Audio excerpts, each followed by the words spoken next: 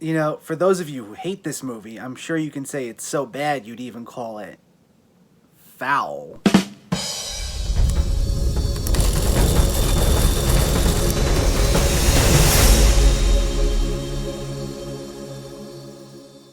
Artemis Fowl is based on the book series of the same name and follows the title hero, a 12-year-old genius, who goes searching for his missing father, played by Colin Farrell. And along the way, he encounters mythical creatures such as fairies, dwarves, and centaurs, some of whom are there to help, and others with much more sinister intentions. I didn't read the Artemis Fowl books growing up. I was in the right age group when the first book was released, but I just never got into them. I had nothing against them, I was just more in a Harry Potter obsession at the time to care about anything else. Probably the only other big series for my age group that I was reading were Chronicles of Narnia and Series of Unfortunate Events. But yeah, I had no attachment to these characters going into this movie. Though I'm open to checking anything out that could be a potential franchise starter, so I was intrigued. And I had some hopes due to the director, Kenneth Branagh. He gave us the Cinderella remake, Thor, various Shakespeare adaptations which were pretty good. Even his last film, the remake of Murder on the Orient Express, wasn't that bad. And here... yeah, this movie is awful. Like, I know Disney has had some pretty bad movies to their name, especially in the live-action department, but this is one of the worst. The fact that it had a $125 million budget, and this is the final product, is astounding. For a movie that's supposed to set up a potential franchise, it does a pretty horrible job telling us what kind of world we're supposed to be in. And that's with the fact that the first 10 minutes are almost nothing but exposition. Literally, nearly the first 10 minutes of this movie are just characters sitting there, talking, and explaining things to the audience as if we're not able to comprehend anything without a play-by-play commentary. Like, when we first meet Artemis, it's established through conversation that he's a really smart kid. But we never actually see him do anything to back up that claim, even though we're constantly reminded of that fact throughout the movie. There are countless scenes of characters just telling Artemis how smart he is, as if continually beating the idea into our heads is suddenly gonna convince us or make him compelling all of a sudden. The smartest thing about him is that, well, he has extensive knowledge of fairy tales.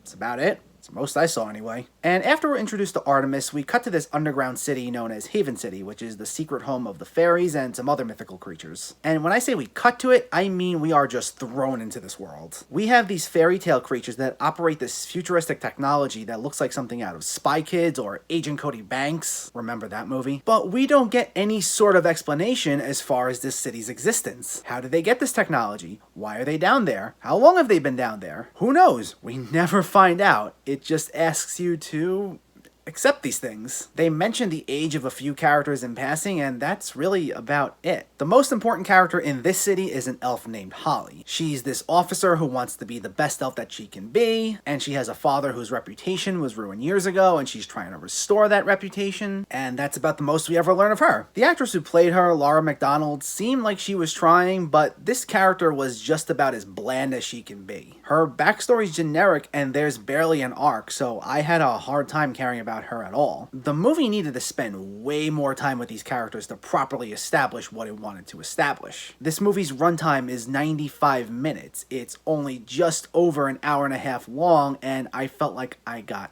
nothing out of it. Like, I'm fine with that length if it's a romantic comedy or even a horror movie, but when you're dealing with mythical worlds like this that are supposed to lead on to more movies, you need way more time than that. The audience needs to get an idea of what being in this universe is like, and you need to spend way more time with these characters who have supposed extensive backstories so there's some emotional weight to the journey. Can you imagine telling one of the Harry Potter movies or the Hunger Games or even Lord of the Rings in just an hour and a half? You'd probably be lost without all the world building, and that's exactly what happens here. In the middle of all this, you have Colin Farrell, who's kidnapped by this villain named Apal Koboy, and her face is always obscured and we barely spend any time with her. But she's supposed to be this giant menacing threat, though we spend such little time with her as well as Colin Farrell that they both feel like afterthoughts. And on top of that, Opal Koboy wants Artemis to retrieve this thing called the Oculos, which is this powerful fairy item that Artemis's father stole a long time ago and hid away. But then this turns out to be nothing more than a MacGuffin, because other than being this powerful shiny object that passes through multiple characters' hands, it otherwise contributes nothing to the story, and I mean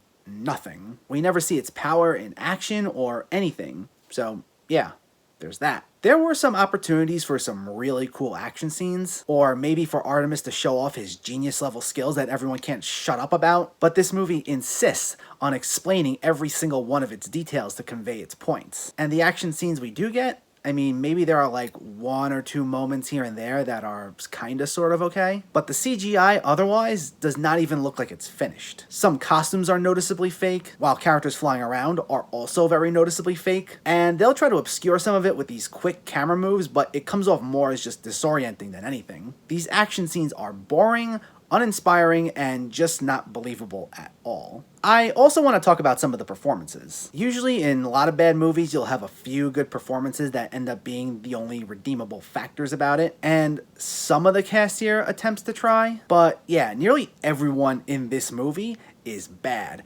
I mean, really bad. The kid who plays Artemis, Ferdia Shaw, this is his very first movie ever, and wow. I try to cut child actors some slack, but it's almost impossible to mince words here. He is just not good. He recites dialogue. He never actually delivers dialogue. He says each line with no emotion, no matter what the situation is. It would be like he was just reading the script out loud in that moment. It could be sad, intense, whatever. Just nothing. I hope things improve for him at some point in the future, but yeah, he was just really bad here. Nothing about his performance worked. The other two performances that were almost unbearable were both Judi Dench and Josh Gad. So Judi Dench is the leader of the fairies in Haven City, while Josh Gad is what's called a giant dwarf, which... what? And I'm lumping them in together because they give a very similar type of performance, which is a pale imitation of Christian Bale's Batman. Yeah, that's right. Picture Olaf from Frozen talking like this throughout the entire movie. And on top of that, Josh Gad narrates this movie, and we get a lot of that narration. So not only are we subjected to every little plot detail being explained to us, but we have to hear it in this ridiculous voice for 90 minutes. I gotta admit, it was funny for maybe like a line or two, but this decision to speak this way for an entire movie is terrible. And I found it impossible to take anything either character said seriously because of it. These are just all really bad performances. Yeah, this is a mess. I know Disney's live action output has always been much weaker than their animated films, but this is like bottom of the barrel stuff right here. The acting's atrocious, the plot's a mess, there's no character development and almost no world building at all, the CGI is half-assed, and it just feels the need to explain every little piece of information to you so it can bore you to death rather than have any sort of emotional investment. Just straight up avoid this one. Artemis Fowl gets a 2 out of 10. Why a 2? Well, like I said, there are a handful of action scenes that are passable at best. I wouldn't call them good, but they were at least enough so that this movie can avoid a 0. But yeah, what a trash heap.